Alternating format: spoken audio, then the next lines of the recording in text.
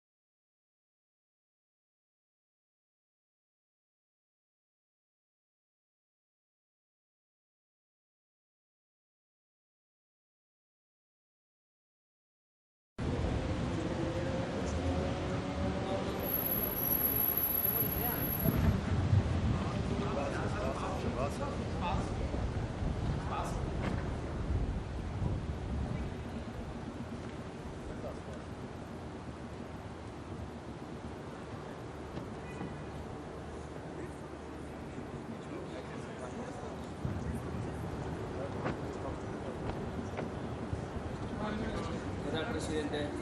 He llegado antes que yo, ¿eh? Buenos días. ¿Cuánto momento, presidente? Venga, buenos días. Llego tarde.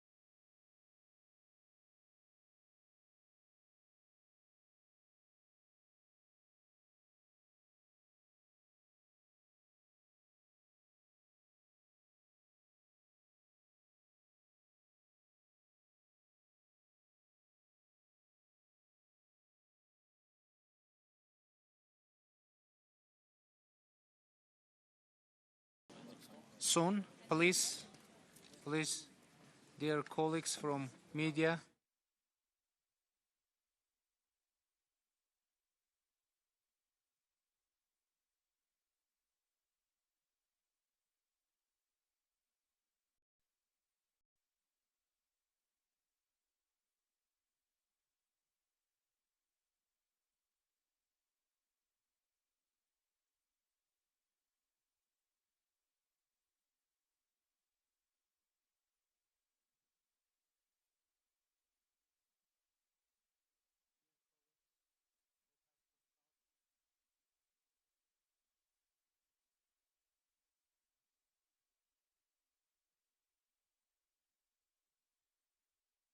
Dear colleagues, dear friends, welcome to Armenia and thank you for your kind presence.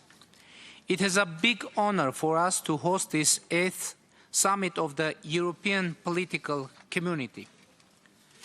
EPC format is very, very important. It played a crucial role in establishing peace between Armenia and Azerbaijan.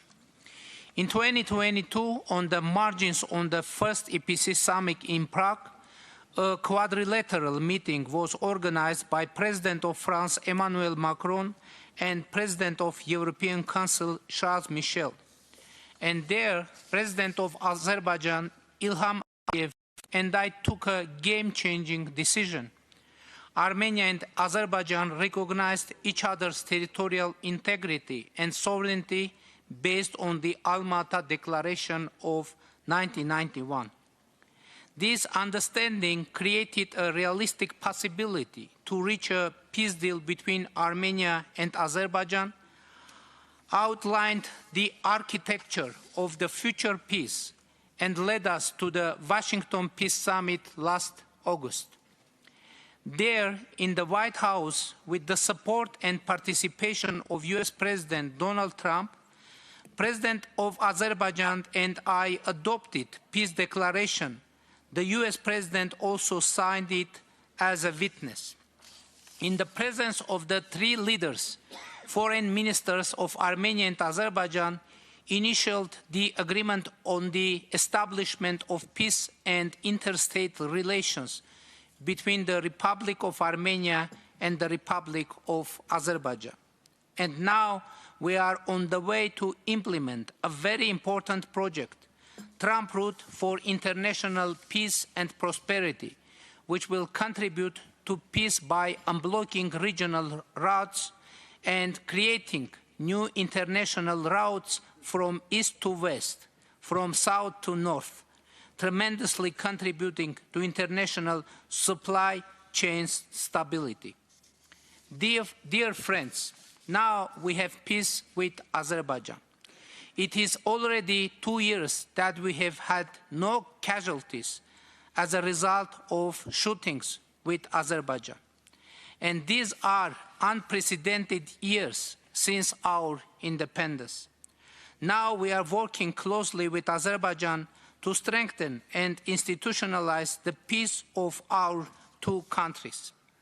And this is the first time when President of Azerbaijan is participating in an event taking place in Armenia, although online.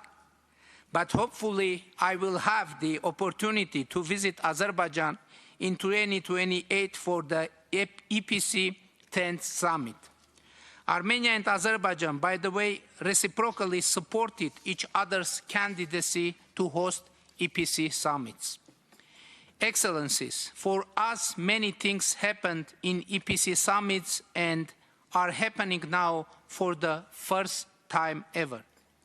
My first bilateral meeting with the President of Turkey took place on the margins of the mentioned first EPC summit in Prague. And now the Vice President of Turkey is here to participate in Yerevan's EPC summit and is the first Vice President of Turkey to come to Armenia. The Presidents of North Macedonia, Bosnia and Herzegovina, the European Parliament, Prime Ministers of the United Kingdom, Italy, Spain, Croatia, Ireland, Andorra, Finland, Estonia, Luxembourg, Norway, Slovenia, Kosovo, Liechtenstein are visiting Armenia for the first time ever. This is another reason to consider this summit historic for Armenia, not to mention the very summit of its own, which is the first European event of this scale hosted by Armenia ever. Dear friends, thank you for co-authoring this history for Armenia. Of course, this summit is important for international context as well, especially now that the world faces growing multiple challenges from Ukraine to the Middle East. I dare to hope that as a result of our discussions and decisions, this summit could bid for becoming historic for international peace and stability as well. And I wish us success and persistence to achieve this goal, not necessarily in Yerevan, but hopefully in the near future. Ladies and gentlemen, Excellencies, dear friend, I now declare the 8th Summit of the European Political Community open and wish us productive, substantive and forward-looking discussions. Thank you very much.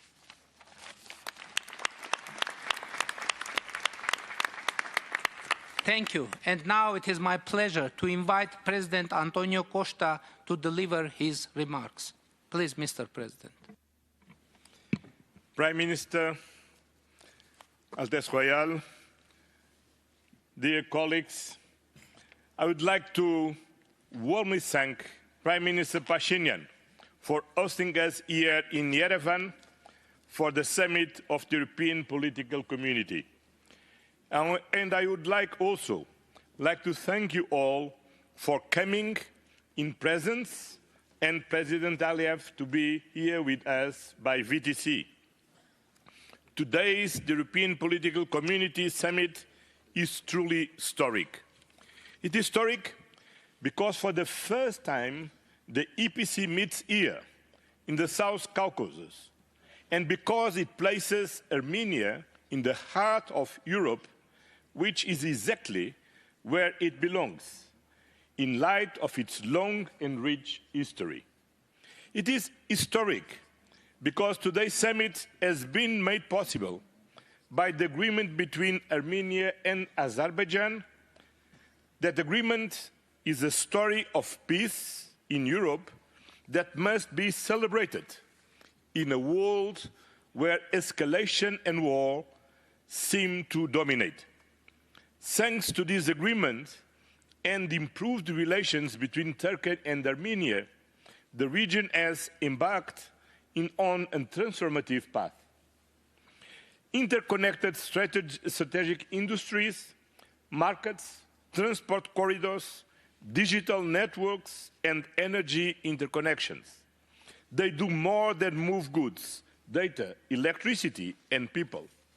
They build trust, create jobs, and bind neighbors together through practical cooperation and shared growth.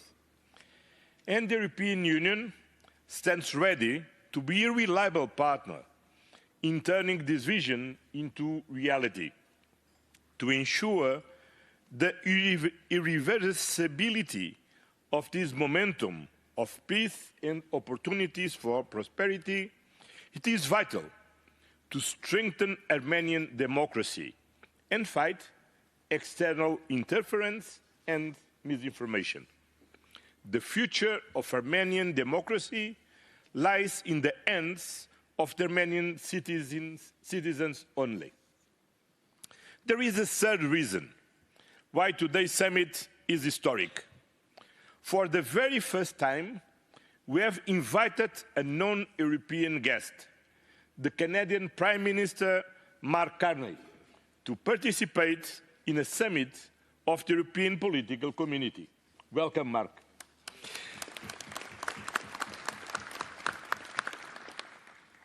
The geopolitical situation in Europe finds itself with the ongoing Russian war of aggression against Ukraine and the conflict in the Middle East, demonstrates that our continent needs a 30-60-degree vision for its security.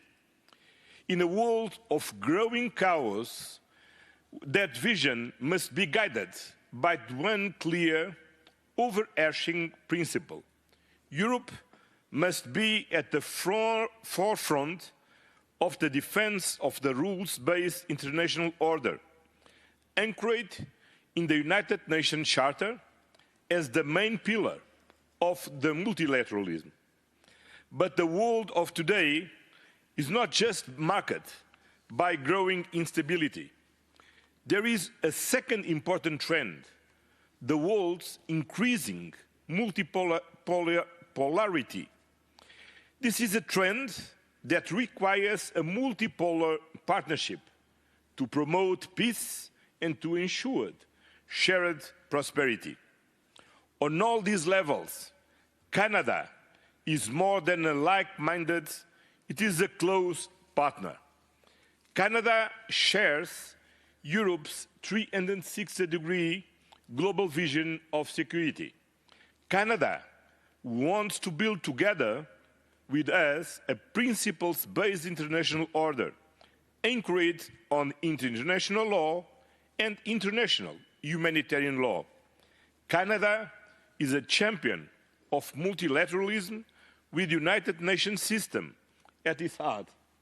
And Prime Minister Carney is an outspoken advocate of a multipolar partnership.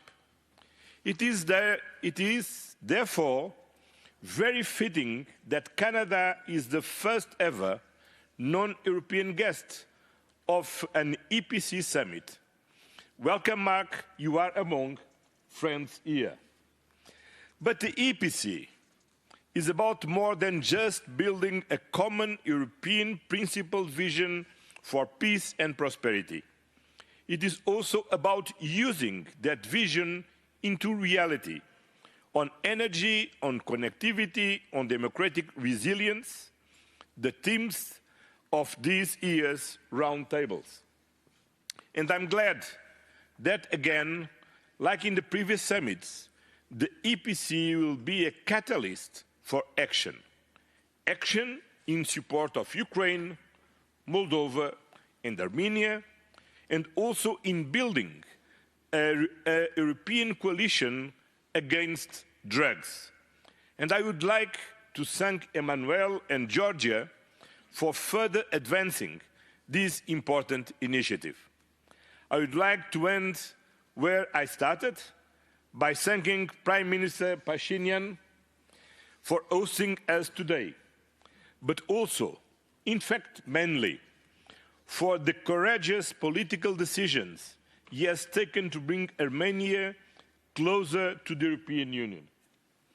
The direction of travel is unmistakable, and an important milestone on that path is tomorrow's first ever European Union-Armenia Summit right here in EREVÁN, and that is worth celebrating. But today is about the European political community, and I wish you all a successful meeting. Thank you very much. Thank you, Mr. President, for your substantive and forward-looking remarks.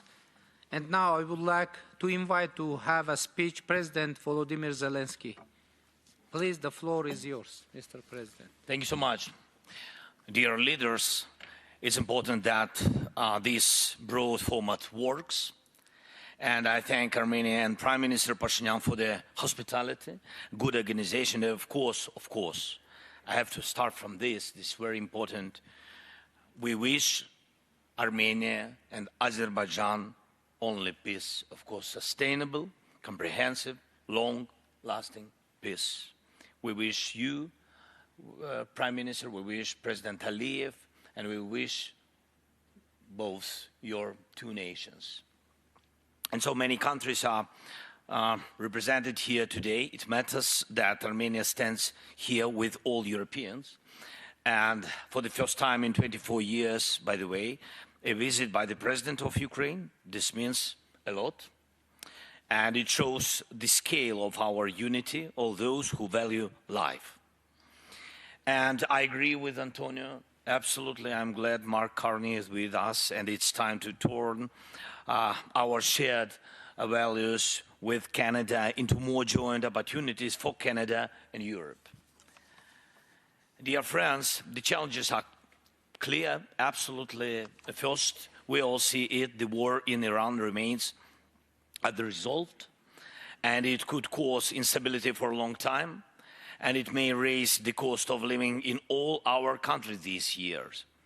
And this could lead to major political shifts. So first of all, our energy and security cooperation needs to be real cooperation, and we need to help each other prepare for winter and deal with energy challenges.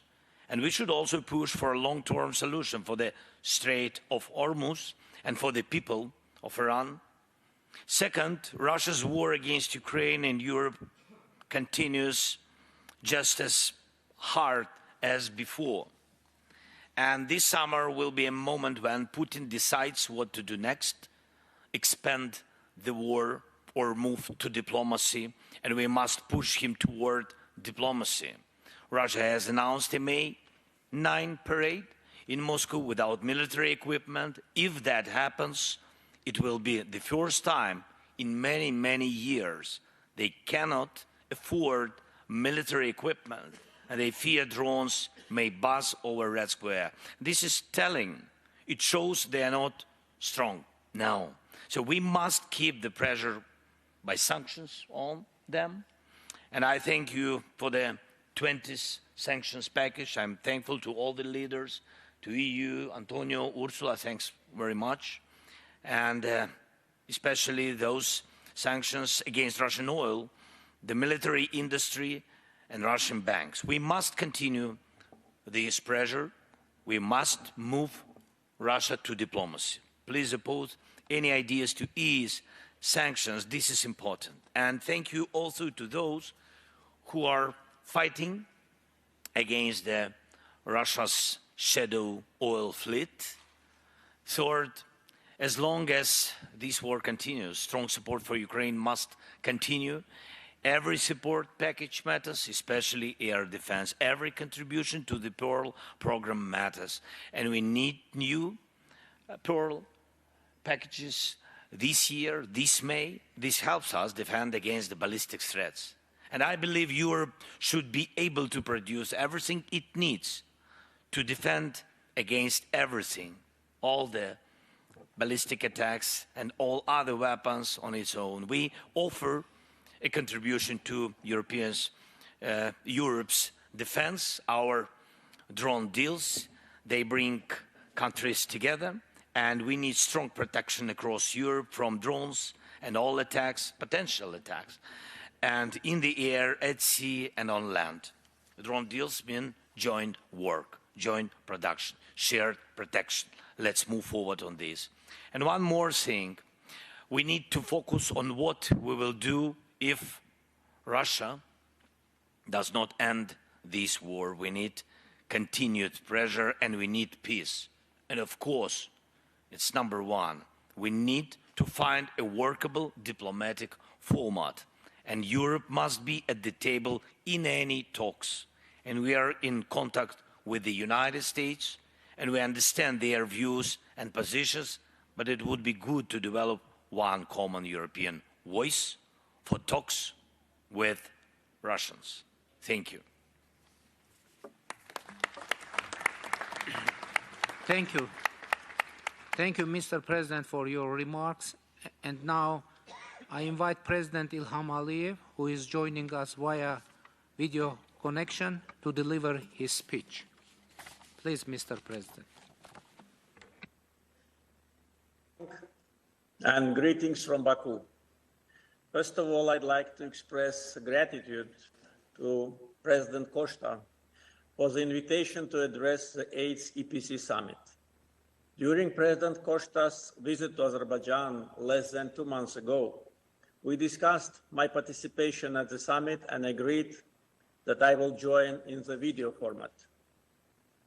I'd like also to inform the audience that during my meeting with President Costa and President von der Leyen in Tirana a year ago, they asked my opinion about the idea to organize May 2026 summit in Armenia.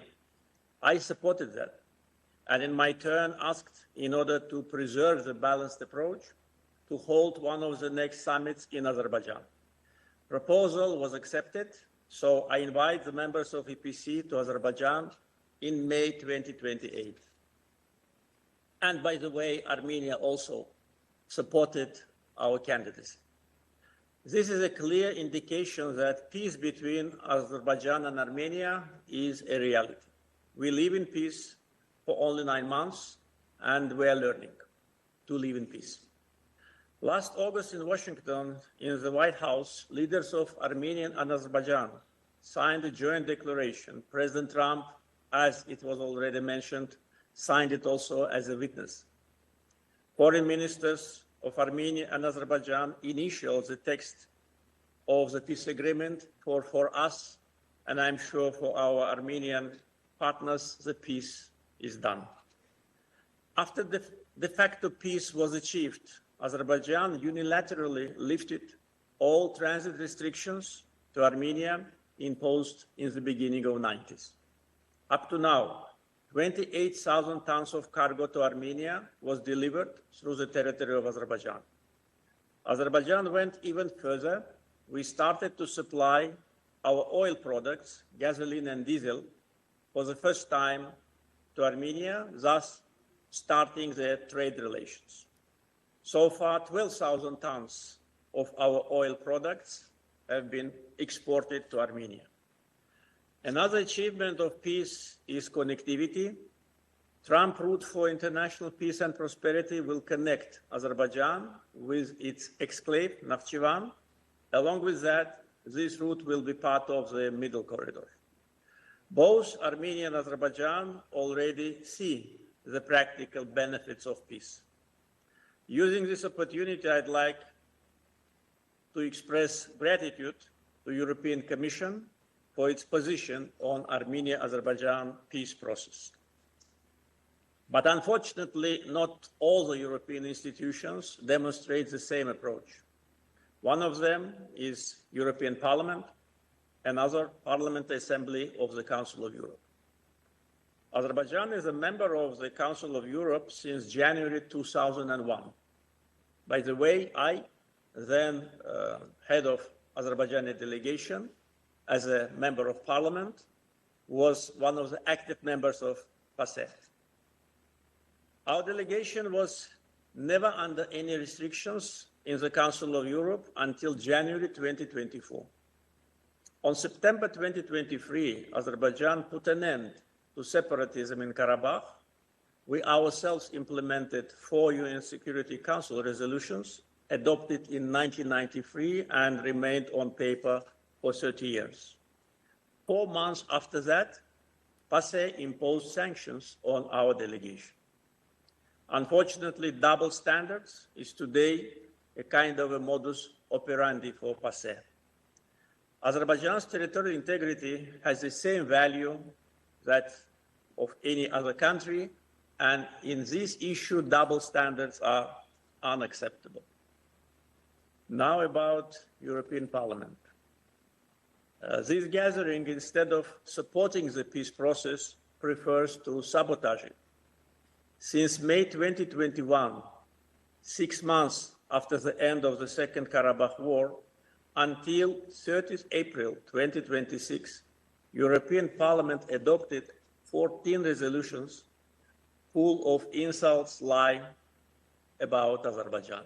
Just imagine, 14 resolutions in 5 years, kind of an obsession.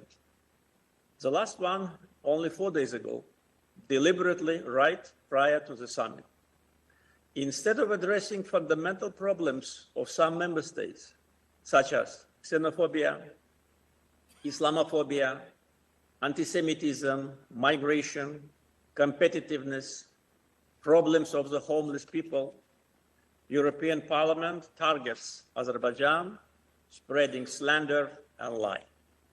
And the reason is that Azerbaijan restored its territorial integrity and sovereignty, put an end to separatism, and brought war criminals to justice.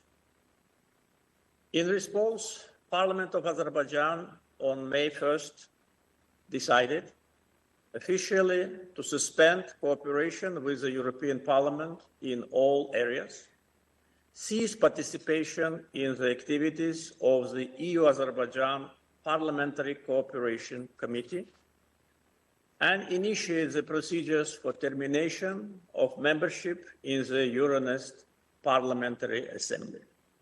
Taking into account that during EPC summits, we openly exchange our views and our concerns, I just wanted to inform our colleagues with what is happening in this respect so that there'll be no misinformation and manipulation with the followed decision. In conclusion, I'd like to congratulate Prime Minister Pashinyan with EPC summit in Armenia and say that despite all the efforts of those who want to hinder the process, Azerbaijan is committed to peace agenda, and the remarks of my Armenian colleague clearly demonstrate that. I wish the summit success. Thank you.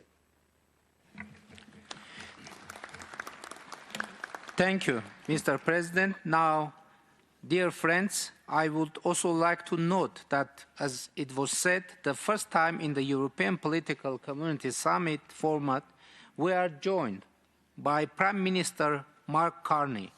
Dear Prime Minister, please, the floor is yours. Thank you very much, Prime Minister Pashinyan, for that introduction. I'd like to thank you and President Costa for the very kind invitation to this summit and your leadership at this pivotal time for Europe and the world. Et je tiens à saluer le président Macron pour son initiative visant à créer cette rencontre. Comme en témoigne l'agenda aujourd'hui, sa vision, votre vision, ta vision, c'est une fois de plus révélé prémonitoire. I join others in saluting the progress that's been made on peace between Armenia and Azerbaijan, and I welcome the presence of President Aliyev. I'd like to say thank you again for the invitation. I do think that it is fitting that Canada is the first non-European country to join this forum, as we are the most European of non-European countries. We share a triple alignment of history, of values, and trust.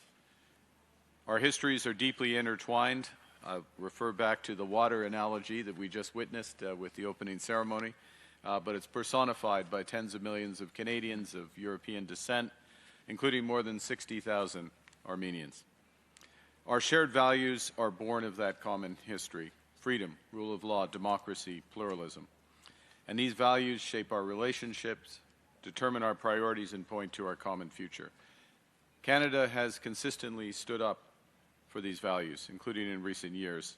From our membership of the Coalition of the Willing as one of the largest per capita contributors to Ukraine, to our leadership of the NATO Brigade in Latvia, our intensifying cooperation with the Nordic countries, UK and Germany, on Arctic security, and our role as the only non-European participant in the European mission in Armenia. We're demonstrating not just the strength of our values in defending the rules-based international order, as you rightly mentioned, Antonio, but also the value of our strength. And that's necessary because the world is undergoing a rupture across several dimensions: in technology, in energy, in commerce, and geopolitics. Integration is being used as a weapon by some, and the rules are not constraining the hegemons.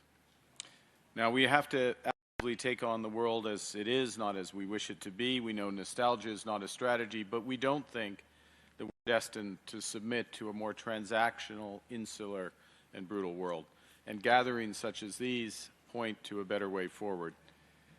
I think I'll close my remarks with a few observations on strategic autonomy, recognizing that security and prosperity today extend well beyond the traditional areas of food, energy, and defense, important as they are, to include space-based communications, semiconductors, digital sovereignty, critical minerals, independent payment systems, clean energy, and vaccines. And our strategic imperative is to build these sovereign capabilities with the most trusted partners, and that creates enormous opportunities for partnership between Canada and Europe. We view ourselves as highly complementary to your economic and security goals. That's demonstrated through the work we're doing with the presidencies on the new EU-Canada Strategic Partnership of the Future, building deeper relationships from digital to defense, supply chains to security. We're honored to be the first non-European country as part of the EU SAFE initiative. We would observe that in the last year, we have struck $18 billion worth of critical minerals deals across 20 of the world's leading critical minerals. The way to look at this is we are warehousing these to look for government-to-government deals with our close partners and under the rubric of the G7 first and foremost, but then more broadly. We're working with European partners across the technology stack, from hardware, cloud infrastructure, artificial intelligence, and space. And as we'll discuss later, we are an energy superpower, third largest oil producer, fourth largest natural gas, largest hydro renewable base. We're committed to addressing climate change while providing reliable, affordable energy to our citizens and partners. In closing, we're here because of your invitation. Again, thank you for that. But we're here because of the moral and security imperatives of our cooperation in the Caucasus, in the Baltics, in Ukraine, across Europe, and also because of the immense potential for our partnerships to build a better, more prosperous, sustainable, and just world for our citizens. And I'll close with this. It's my strong personal view that as the international order will be rebuilt, but it will be rebuilt out of Europe. And so I'm very appreciative of the symbolism of this invitation. Thank you.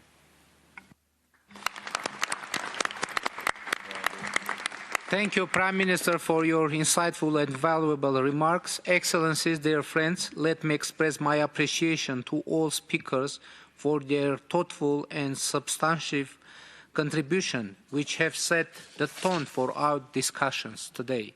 We will now proceed to the next segment of the plenary session, an interactive panel discussion.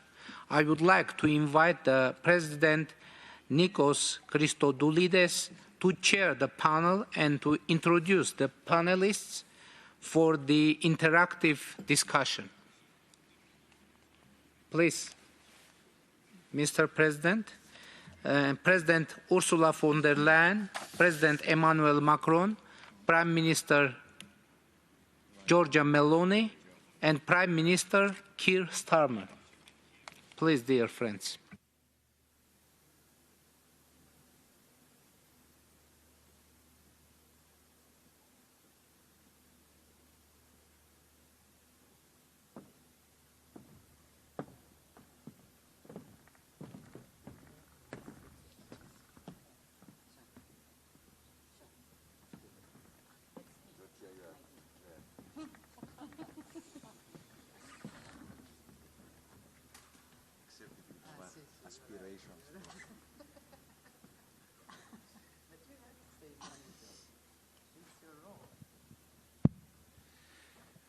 So let me start by thanking the Armenian government for hosting us and for the excellent hospitality. We meet here at Yerevan at a very critical moment. I will say at a time of geopolitical tensions, economic uncertainties, and growing pressures on our democratic institutions. There is no doubt, and I think that all of us will agree that there is a need to strengthen dialogue, to strengthen cooperation and collective resilience. And the European political community is the right forum to address these challenges, and especially to discuss how to maintain European coherence and unity in time of multiple crises, how to reinforce European security as a continental and not just European Union, as a continental necessity. We are witnessing a fundamental shift in our security landscape, from conventional warfare to hybrid threats. Today's challenges do not stop at the borders of the European Union. They are continental, and they demand what we call a whole of Europe response. Within this context, a credible European security policy must be anchored in a 360-degree perspective, addressing the volatility of the Middle East, of Ukraine, of Western Balkans. Is not a matter of regional preference, but it is a strategic requirement for the entire European family, from London to Nicosia, from Paris to Yerevan. And I really believe that, and I think this is shared by most of the leaders that are present, a more autonomous Europe is now a strategic responsibility.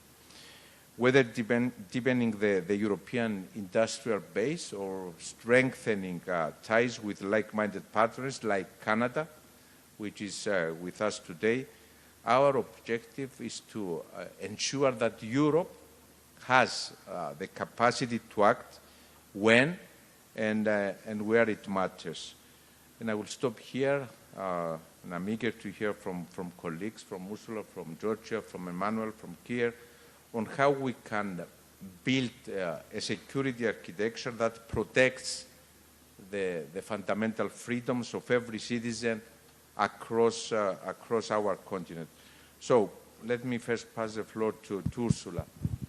Dear Ursula, looking at the current geopolitical situation, the very challenging geopolitical situation, what do you see as Europe's main responsibility in the years ahead, also taking into account what you refer to, a number of cases, I fully agree, as Europe's independent moment?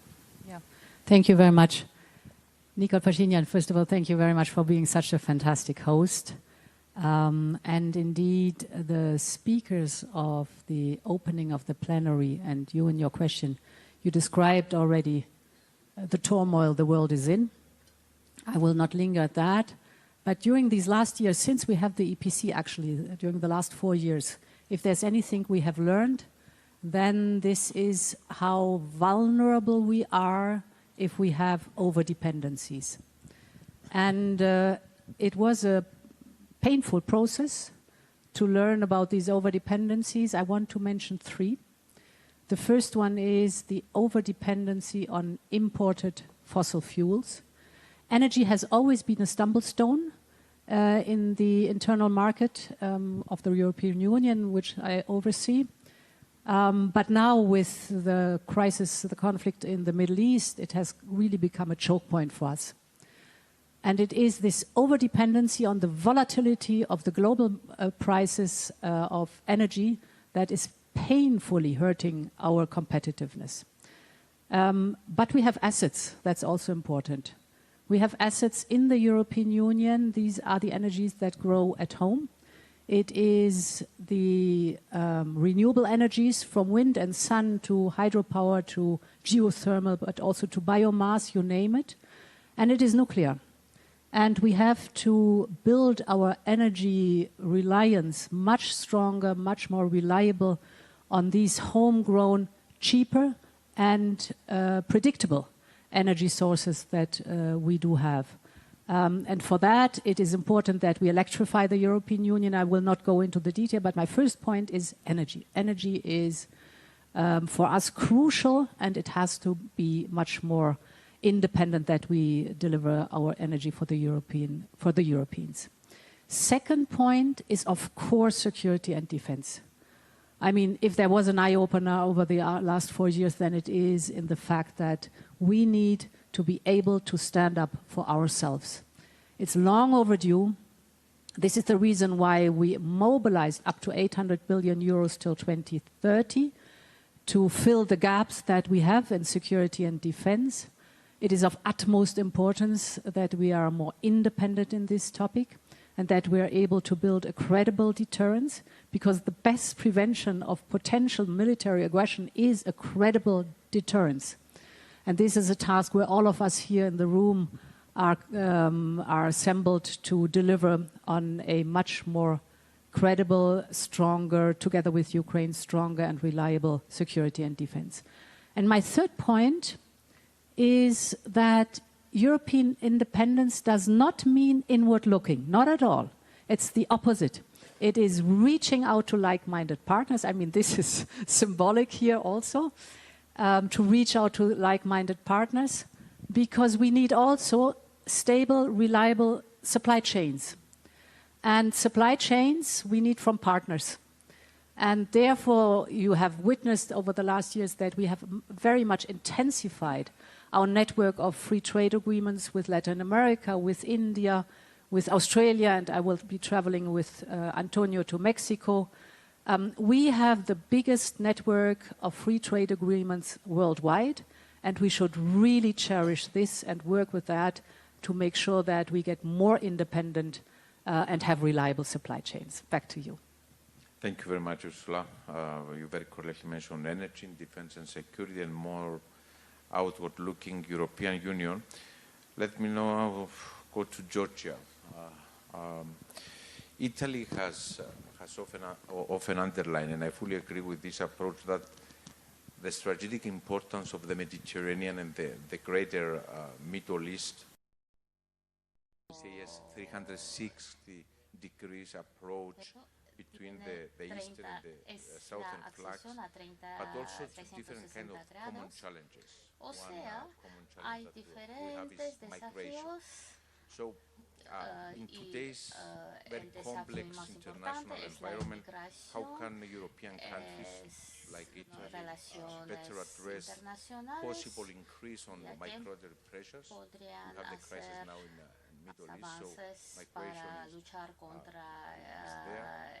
Taking also into account the nexus between migration, stability, and security. Okay, thank you very much, Nikos. Good morning, colleagues, and thank you very much, Prime Minister Pashinyan, for this fantastic organization. Well, we are speaking today about a Polish crisis. Okay? But what does it mean, fully crisis? I think it is not simply that we are facing lots of crises together. That's it. The problem is all those crises are related one to the other and feed one the other. And I think it is very important we understand that, also to face the fact that we cannot simply take care of one or two facets of this crisis, but we have to tackle them all. And I will use exactly, or Nikos was asking about migration, the example of migration. Obviously we know that uncontrolled migration flows citizens, security Ya under sabemos pressure, que los flujos de migración ponen en peligro la seguridad como unas amenazas y bajo el peligro son la seguridad de diferentes países. También se limitan los recursos políticos y también se baja la concurrencia. También hay problemas sociales y lo mismo existe en el ámbito de energía.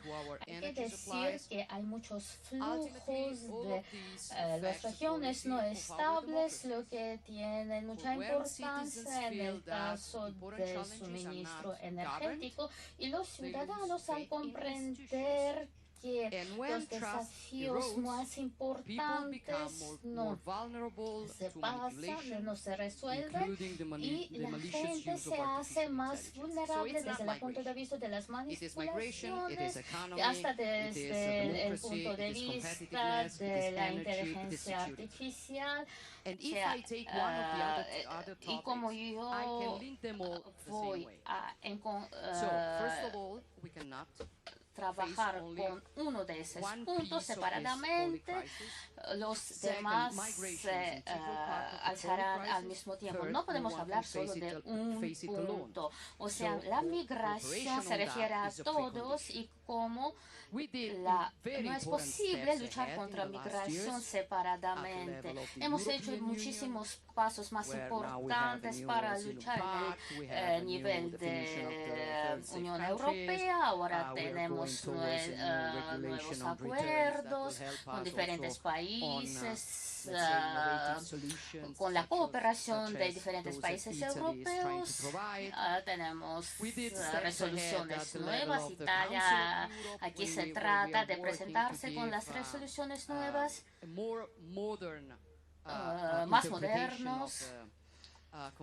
En el nivel de la Unión Europea tratamos de presentar las resoluciones más modernas y no ellos que están hechos hace unas decenas.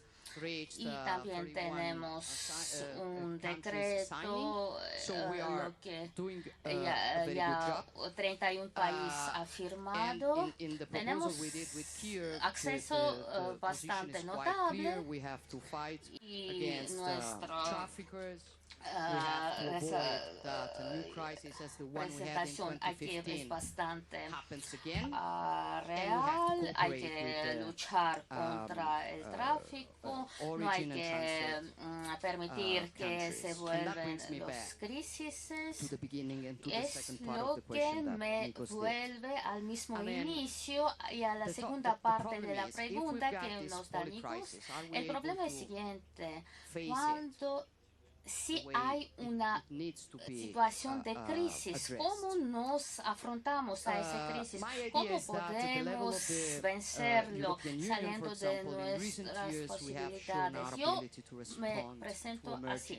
En el nivel de la Unión Europea hemos presentado que tenemos posibilidad de contestar a esos desafíos, lo que muestra la situación de pero es necesario multiplicar nuestra presencia y formar una representación que prevista esa situación. Esa es nuestra estrategia. Y esa discusión es muy usable desde ese punto de vista y hay que poner un acento no solamente en el caso de presentar ahí los países que tienen la vista leve hacia esa pregunta, sino lo que hacemos en ese momento con nuestros países que cooperan con nosotros. Tengo verdadero gusto que el señor Macron está aquí ahora, pero al mismo tiempo, desde el punto de vista de Italia, es necesario enfatizar a la vecindad del Mediterráneo. Creo que es necesario presentar un foro en ese momento, poniendo la atención a los países de región mediterránea, más atención en la lucha contra los flujos migratorios. Si nos han hecho prestar más atención a los países del sur mediterráneo, y en ese momento vamos a seguir con esa aproximación. Creo que es la mejor posibilidad de contestar a esa crisis. No hablo de una crisis, sino de todas las crisis que pasan al mismo tiempo. Gracias, Georgia, por empezar estos temas en cuanto a migración, trabajando conjuntamente con los países de origen. Emmanuel es la persona que por la primera vez ha propuesto a la Comunidad Política Europea a discutir los desafíos y las oportunidades, y ha mencionado consistentemente la importancia de la autonomía estratégica europea. ¿Cómo ve el concepto de la autonomía estratégica que está involucrando también todo eso? El estrecho de Hormuz, todos nosotros se han mostrado su liderazgo junto con Kiev. Hemos visto lo que tiene lugar en el Oriente Medio, que eso afecta directamente a Europa. ¿Cómo es la situación y lo que podemos hacer como europeos para facilitar que lo que tiene lugar en el exterior? Muchas gracias, Nicole, muchas gracias por recibirnos y organizar la EPC Cumbre. Tengo la esperanza, cuando estamos hablando sobre la autonomía estratégica, eso con un número de sectores, no solo tener en cuenta seguridad y la energía eléctrica, pero estos componentes son muy importantes, y la alimentación también, y tenemos que hablar sobre espacios semiconductores, porque es imposible establecer una autonomía estratégica y defensa que estás dependiendo cuando estás hablando sobre, estás dependiendo de semiconductores.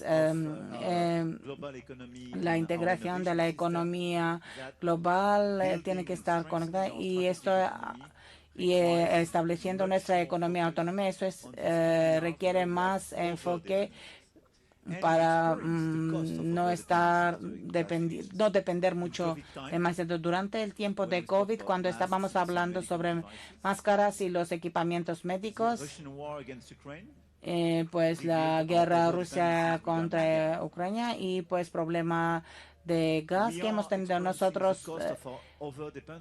Tenemos nuestras dependencias cuando estamos hablando de la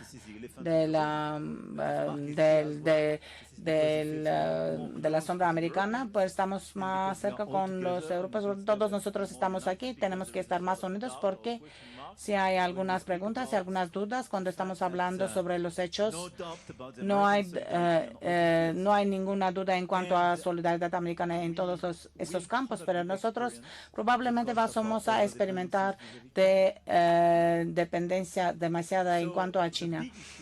El problema que tenemos es, nosotros tenemos un poco más allá de la crisis, tenemos una estrategia de riesgo para compartir. Nosotros que requerirá unas inversiones por parte de los europeos, y tenemos que estar muy claros en todo. Tenemos que ser más solidarios, más inversiones, tenemos que estar organizados mejor para poder integrar nuestras cadenas de valores, y Hay también riesgos geopolíticos que tenemos que identificar. Esto significa que relocalizar algunos productos entre nosotros, diversificar nuestras cooperaciones para poder confrontar las dependencias.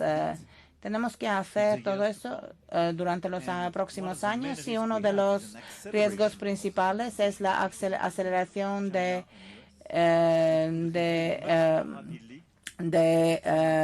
competitividad entre China y los Estados Unidos que nos puede dejar en una esquina. Y teniendo en cuenta todo eso, nosotros tenemos una oferta seria, una propuesta seria. Yo diría que valores principales probablemente que no lo hemos estimado un poco más allá que la geografía. Yo tengo la esperanza de que teniendo la pues si vamos a confiar en democracia, orden basado en la ley, pues respecto en cuanto al comercio libre, pues con cambio climático, con enfoques, nos va a dar la oportunidad de tener conexiones y nuestra predictibilidad, y todo eso es una ventaja grande en cuanto a los que son jugadores que no son europeos. Cuando estoy mirando a la América Latina, África, tienen que ser, puede ser que no estén compartiendo la misma opinión que yo, pero nosotros estamos pensando que nuestra agenda tiene que ser predecible. Es un papel importante que tenemos que jugar nosotros. Muchos de nosotros Georgia también estaba ahí con nosotros y hemos tenido unos países asiáticos, países del Golfo Pérsico, y es muy impresivo de ver, todos están en línea. El papel que tenemos que jugar es precisamente, obviamente, que nos está confiando los Estados Unidos. Nosotros no estamos en guerra con Irán.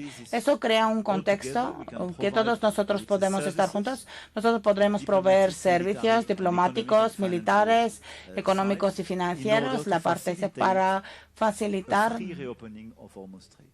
del comercio libre, y eso es la estrategia que estamos preparando y la planificación se ha realizado en Londres.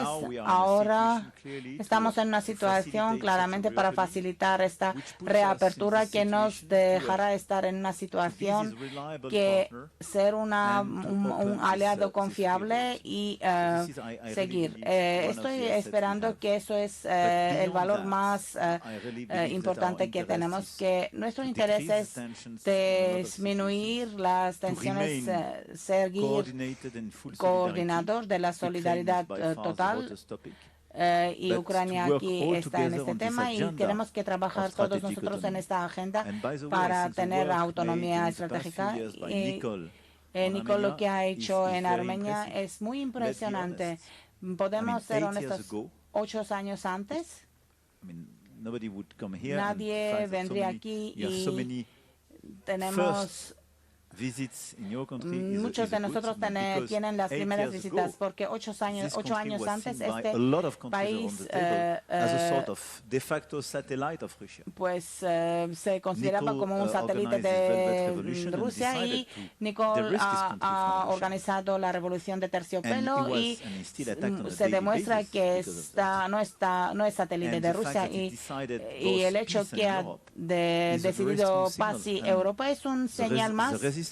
La resistencia que hay en Ucrania, la estrategia de Armenia, lo que se hace en Moldova, lo que se realiza por muchos de países que están a esta mesa, como europeos, nosotros tenemos una llamada colectiva y no depender de una potencia grande. Eso es la precondición. de la autonomía estratégica. Pues vamos a tener nuestros aliados predecibles. Bajo su liderazgo, nosotros estamos viendo que Gran Bretaña tiene un papel muy importante en cuanto a Ucrania y la coalición, el estrecho de Hormuz, también recientemente la migración que hay. En cuanto a los desafíos colectivos, ¿cómo vamos a trabajar juntos? Muchas gracias. Eso es fantástico estar aquí. Manuel ha dicho Londres por la primera vez está visitando Armenia. Para mí es un gran honor y gracias por esta hospitalidad tan cordial, estar aquí, sentir la historia, la cultura y la hospitalidad tan cordial para todos nosotros que han sentido aquí por la primera vez. Muchas gracias por eso. En cuanto a la comunidad política europea, es una gran oportunidad de estar aquí en esta conversación y discutir los desafíos que tenemos todos en cuanto a la economía, energía eléctrica, migración, que durante hemos hablado hay una declaración que hemos hablado en cuanto a este EPC y esto está moviendo adelante, particularmente durante esta cumbre que se ha cambiado. Nosotros ahora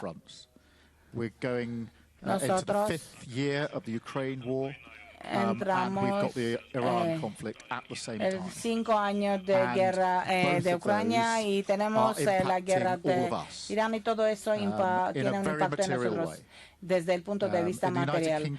Y Gran Bretaña, cuando están mirando en cuanto a la parte económica, 4 o 5 meses antes, los precios son totalmente distintos. Eso va a influir en todos nuestros países. El impacto no solo es económico en Gran Bretaña y en hay también ataques de proxies por rusos y rusos en nuestras calles. Y ciberataques, eso no es algo muy de lejos, eso es real. Y nosotros siempre estamos, pero eso tiene un impacto en nosotros. Nosotros no podemos renunciar a esto, que algunos de nuestros aliados con los que teníamos esperanzas, hay más tensión en cuanto a estos aliados y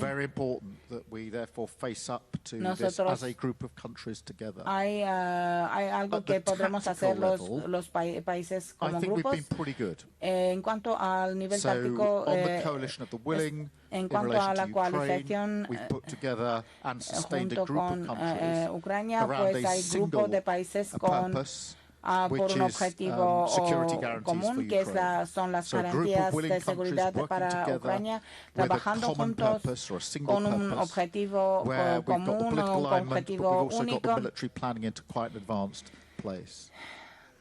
Y el planeamiento militar, y este modelo es lo que hemos tomado en cuanto al estrecho de Hormuz, y hay algunos países con una configuración pequeña, pero para un objetivo único común y para poder proveer y asegurar en cuanto a las naves que tienen que pasar y a los barcos que tienen que pasar. Nosotros podemos ser tácticos, podemos, si es un objetivo único, desde el punto de vista estratégico tenemos que hacer más que eso, porque nosotros sacamos defensa y seguridad, nosotros estamos atrás. Ya hace muchos años tenemos que ser fuertes, tenemos que estar fuertes en la OTAN, mediante la defensa y seguridad y comercio y energía eléctrica. Todo eso tenemos que ser más fuertes, Europa más fuerte, estando juntos. of the same thing, but I really no do son feel versiones it diferentes goes de back to una what you misma said, cosa, Mark, in a way. pero As we como come usted ha through mencionado con the nosotros, challenges that face cuando us, tenemos los desafíos it que has to be tenemos que Europe now that confrontar, leads the way. pues tiene And que I ser feel that Europa on que defence está and security liderando. we've been behind the curve for too long. Over dependencies, over Y hay reliance, and dependencias, assumptions about the world y hay that we live in. algunos They've gone. principios. Todo And we now eso need to lead out of this, and we need to do it at pace, because these impacts are real, the alliances that are under tension are real, and how we as a group of leaders respond now will likely define what goes on for many years, arguably for a generation. So I feel this is a really important moment to come together and have these discussions about what we're going to do, how we're going to do it, and what action then follows from that. Thank you very much. Thank you, Keir. Thank you all. I think it is clear from this discussion that the strength of the whole of Europe approach lies in our shared values. Y la We have fuerza shared values, we share values and principles, and by defending the sovereignty and the freedom of every corner of our continent, we are not just protecting our borders and our citizens, but at the same time we are securing a peaceful future. Thank you very much, and thank you very much once again for hosting us here. Pacífico. Muchas gracias por tenernos aquí. Excellencies, thank you for your active participation and for the focus and substantive exchange we have had during this plenary session. As not the opiniones que hemos tenido durante esa sesión.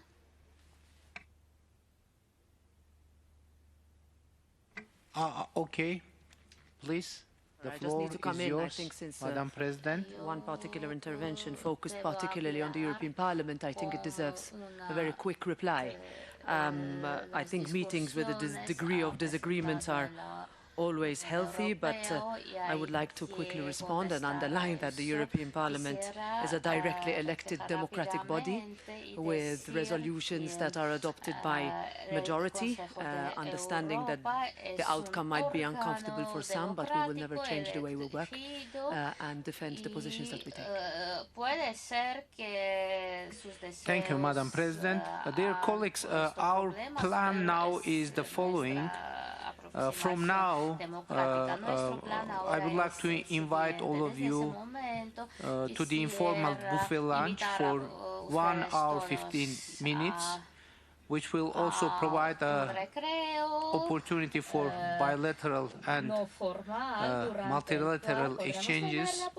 And after that, after 1 hour and 15 minutes, for 1 hour, we will have round-table discussions, and we will have 4 parallel round-table sessions organized around 2 main topics: reinforcing democratic resilience and addressing hybrid threats, and this was first one, and second one, strengthening connectivity and economic security in the context of the green transition.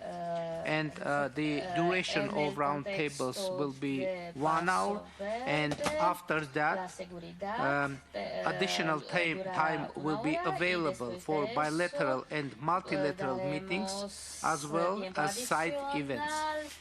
Please note that after that, approximately 4:15, we will reconvene in this hall for the closing plenary of the 8th European Political Community Summit.